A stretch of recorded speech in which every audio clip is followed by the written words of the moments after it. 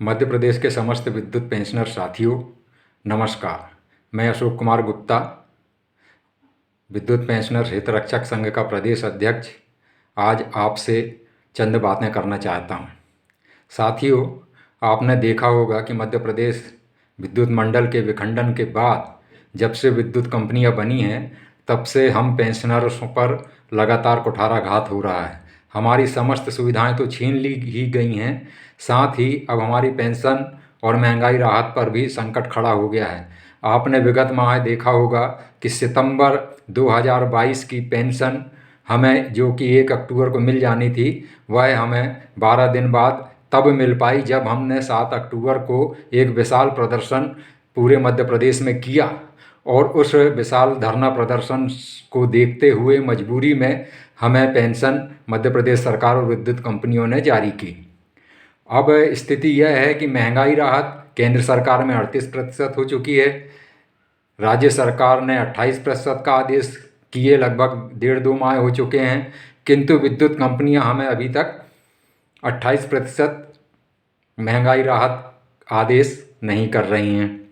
इस तरह हम विद्युत पेंशनरों की हालत आज ये हो गई है कि हम राज्य पेंशनर से भी बहुत पीछे हो गए हैं। एक समय यह था कि हम राज्य पेंशनर से बहुत आगे थे, हमारे वेतनमान, हमारे अन्य उपलब्धियां हमें आधारभूत उद्योगों की संरचना के आधार पर मिलती थीं, और जैसे ही केंद्र सरकार महंगाई राहत घोषित करता था, हमें भी महंगाई राहत तुरंत मिल जाती थी, जबकि राज्य सरकार के आदेश बाद में होते रहते थे।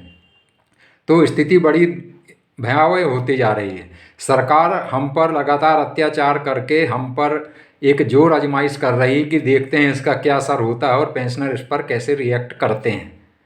तो अब स्थिति यह है कि हमें महंगाई राहत और पेंशन तो बचाना ही है, साथ ही एक गारंटी भी चाहिए कि हमारी पेंशन हमें समय पे मिले, हमें महंगाई राहत हमें समय पे मिले। और इसके अलावा हमारी बहुत सी मांगें हैं, उस पर ज़्यादा चर्चा करने से बहुत लंबा आपसे वार्तालाप हो जाएगा, इसलिए संक्षेप में मैं आपसे यह कहना चाहता हूं कि पेंशन और महंगाई राहत की शासकीय गारंटी हो। इसके अलावा आपका 10 लाख रुपए का आपके एवं आपके आश्रितों का हेल्थ इंश्योरेंस हो, आपको मासिक चिकित्सा सहायता राशि मिले, आपका अनुभाग अधिकारी संवर्ग की जो ग्रेड पे है उसको संशोधित किया जाए, साथ ही जो 27 महीने और 32 महीने का जो पुराने पेंशनर साथियों का एरियर्स बकाया है वह एरियर्स भुगतान किया जाए, अनुकंपा नियुक्ति दी जाए। जो 30 जून को रिटायर हो रहे हैं, वो 1 वर्ष उनका कंप्लीट हो रहा है, तो उनको एक नोशनल इंक्रीमेंट देके उनका पेंशन निर्धारण किया जाए। ग्रेजुएटी डिफरेंस पेंशन रूल्स 1976 के अंतर्गत जो ग्रेजुएटी की सीमा निर्धारित है, उस सीमा को मानकर ही ग्रेजुएटी डिफरेंस का भुगतान किया जाए। इस तरह की अनेक जो समस्याएं और हमारी मांगें हैं, ये शासन पूरी नहीं कर रहा है और ना ही विद्युत कंपनियां ध्यान दे रही हैं। तो इन सब को देखते हुए हम अनेक संगठनों ने एक साथ मिलकर आंदोलन करने का एक विचार किया है, और उसी के तहत आपके सामने एक रूपरेखा प्रस्तुत की गई है। हालांकि थोड़ा सा इसमें कन्फ्यूजन ये हो रहा है कि हर संगठन अपने अपने हिसाब से अपनी रूपरेखा और गतिविधियां की जानकारी अपने मेंबर्स को दे रहा है, जबकि होना ये चाहिए था कि एक ज्वाइंट फ्रंट बनता और एक सामूहिक प्रयास करते हुए हम आंदोलन पे आगे बढ़ते। खैर, जैसा भी है, हमें अब ये संगठनों को नहीं देखना है कि कौन संगठन क्या है और हम उस संगठन से जुड़े हैं, इस संगठन से जुड़े हैं। यह हमारे अस्तित्व की लड़ाई है, यह हमारे भविष्य का प्रश्न है। यदि आज आप अपने अस्तित्व बचाने के लिए नहीं लड़ेंगे, अपने भविष्य को अंधकार में जाने से बचाने के लिए आप आगे आगे नहीं आएंगे और यूनियन और संगठनों की आपस में खींचतान में उलझे रहेंगे, तो नुकसान आपका ही होने वाला है। इसमें संगठनों का भी नुकसान है और हम पेंशनर्स का भी नुकसान है।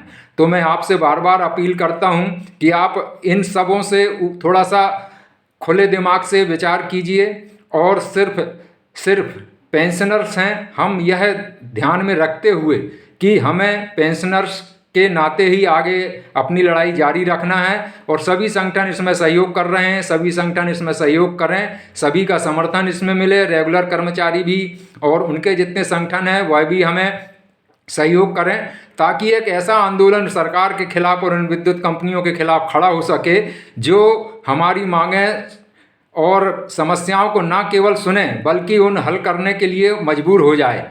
तो आत्मा की आवाज़ सुने आप। मैं बार बार आपसे कह रहा हूं कि आप स्वयं विचार करें, अपने लिए लड़ें, अपने साथियों के लिए लड़ें, क्योंकि आप अपने लिए नहीं लड़ेंगे तो कोई और दूसरा आपके लिए लड़ने वाला नहीं है। आपको अपनी लड़ाई खुद लड़ना पड़ेगी। आपके साथ में दूसरे लोग खड़े हो सकते हैं, लेकिन आगे तो आपको ही खड़े होना है और आपको ही सक्रिय होना है। इसलिए मैं बार बार आपसे निवेदन करता हूं कि आज आवश्यकता इस बात की है कि सब मतभेद भुलाकर, सब भेदभाव और मनमुटाव भुलाकर हम लोग सिर्फ अपने अस्तित्व और अपने भविष्य को बचाने के लिए जो संघर्ष कर रहे हैं उसमें अपना भरपूर योगदान दें। देखिए साथियों, अगर आप आज नहीं लड़ेंगे तो मैं आपको यह मतलब एक चेतावनी दे रहा हूं कि अगर आप आज एक होकर नहीं लड़ेंगे, अपनी संख्या बल नहीं दिखाएंगे, तो निश्चित रूप से आपके और भी बुरे दिन आने वाले हैं। और जब आप आज इकट्ठे नहीं हो पा रहे हो तो ज़्यादा बुरे दिन में भी आप इकट्ठे नहीं हो पाओगे, और फिर आपका भविष्य, आपकी पेंशन, आपकी महंगाई राहत और आपके अन्य जो सुविधाएं हैं वो आपको दोबारा कभी नहीं मिलने वाली, और इसी तरह आप तरसते रहेंगे। तो मैं आपसे फिर से कह रहा हूं कि एक होइए, अपने स्तर पर एक होइए, और जो साथी आपसे जुड़ सकते हैं उन्हें भी आप प्रेरित कीजिए।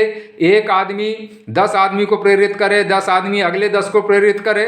और जो हमने एक नवंबर माह में जो भी घोषणा की है कि 14 नवंबर से 18 नवंबर तक क्रमिक धरना कार्यक्रम स्थानीय स्तर पर, क्षेत्रीय स्तर पर किए जाएंगे। इसके अलावा 24 नवंबर 2022 को भोपाल में एक विशाल जंगी प्रदर्शन एवं रैली का आयोजन राज्य पेंशनर एसोसिएशन के साथ किया गया है। तो राज्य पेंशनर एसोसिएशन और हमारी समस्याएं लगभग बराबर हैं। कुछ मामलों को छोड़कर हम दोनों एक ही नाव के सवारी हैं और एक ही मध्य प्रदेश शासन की हठधर्मी से परेशान हैं, और उनके रवैये के प्रति हम सब लोगों में बराबर का आक्रोश है। और इसलिए हम सब लोग एकजुट हुए हैं और चाह रहे हैं कि राज्य पेंशनर और विद्युत पेंशनर दोनों मिलकर एक विशाल आंदोलन खड़ा करें, और जिसके तारतम्य में भोपाल में 24 नवंबर 2022 को जो रैली होने वाली है, जो धरना प्रदर्शन होने वाला है, उसमें आप सब लोग मिलकर एक साथ आएँ। एक दिन का काम है, आप हर काम करते हैं, शादी ब्याह में जाते हैं, तीर्थ यात्रा में जाते हैं, घूमने फिरने जाते हैं, 50 जगह आप 2-2, 4-4 दिन, महीने महीने भर के लिए जाते हैं। ये सिर्फ एक दिन का सवाल है कि आप 24 तारीख के प्रातः 11 बजे तक भोपाल पहुंचिए। 12 बजे से यहाँ भोपाल का रैली का और आंदोलन वगैरह का कार्यक्रम है, जो कि लगभग शाम के 4-5 बजे तक समाप्त हो जाएगा। इसके बाद आप घर जा सकते हैं। तो एक दिन निकालिए, थोड़ा सा पैसा खर्च होएगा, पैसा भी खर्च करिए और अपने लिए लड़िए, अपने साथियों के लिए लड़िए, अपने जितने भी पेंशनर साथी हैं। और ख़ासकर मैं ये कहना चाह रहा हूँ कि बहुत सी परिवार पेंशन पाने वाली महिलाएं हैं, तो आप लोग उन महिलाओं को भी अप्रोच करिए, और अगर वे आ सकें तो उन्हें भी अवश्य साथ में लाइए, क्योंकि हम लोग सिर्फ हम ही प्रताड़ित नहीं हो रहे हैं, हमसे ज़्यादा प्रताड़ित होने वाली तो वह परिवार पेंशन पाने वाली महिलाएं हैं, जिनके पति विद्युत मंडल की, विद्युत कंपनियों की सेवा करते हुए अपना सर्वस्व न्यौछावर कर दिए, अपने जीवन का बलिदान कर दिए। तो ऐसी जो कि मतलब शहीद विधवाएं कहलाती हैं, इनके प्रति भी शासन का रुख बहुत मतलब कहना चाहिए क्रूर है, और मतलब इसलिए इनको भी साथ लाइए ताकि शासन की नज़रें इन पर भी पड़ें और देख सकें कि वो किन पर अत्याचार कर रहे हैं। तो मैं ज़्यादा आपका समय नहीं लूँगा, सिर्फ एक बार फिर से बोलता हूँ कि सब संगठन और जो भी आपके विचारधारा है, इन सबको परे रखकर सिर्फ एक चीज़ जारी है कि आज आप पेंशनर हैं और पेंशनरों पर संकट आया हुआ है, और इस संकट को दूर करने के लिए हमें खुद ही आगे आना पड़ेगा, हमारी लड़ाई खुद लड़ना पड़ेगी, और हम एक एक करके ही 1000 बनेंगे और हजारों की संख्या में आकर भोपाल में रैली करेंगे। और अगर पेंशनरों का सैलाब भोपाल में आया तो निश्चित रूप से इनकलाब भी आएगा, और अगर आप घर में बैठे रहे तो आपको बचाने आगे कोई नहीं आएगा। धन्यवाद, जय हिंद। आइए, भोपाल में आपका स्वागत है। अपने लिए लड़िए, सबके लिए लड़िए, और एकता शक्ति, पेंशनर की एकता शक्ति को मजबूत बनाइए। अगर आपकी शक्ति दिखेगी तभी प्रशासन और विद्युत कंपनियां झुकेंगी, अदरवाइज आपके ऊपर ये अत्याचार बढ़ता जाएगा और हम इस वृद्धावस्था में बहुत ज़्यादा भागदौड़ कर भी नहीं पाते, लेकिन सब चीज़ को देखते हुए जो हमारा संकट है, ये ऐसा संकट है कि अगर आप इस पे भी सक्रिय नहीं हो पाए और अपना एक दिन निकाल कर भोपाल में आकर इस रैली को सफल नहीं बनाए तो आगे संकट और गहराएगा। इसलिए अपने लिए लड़िए, सबके लिए लड़िए। आइए, पेंशनर एकता जिंदाबाद। जय हिंद, जय भारत।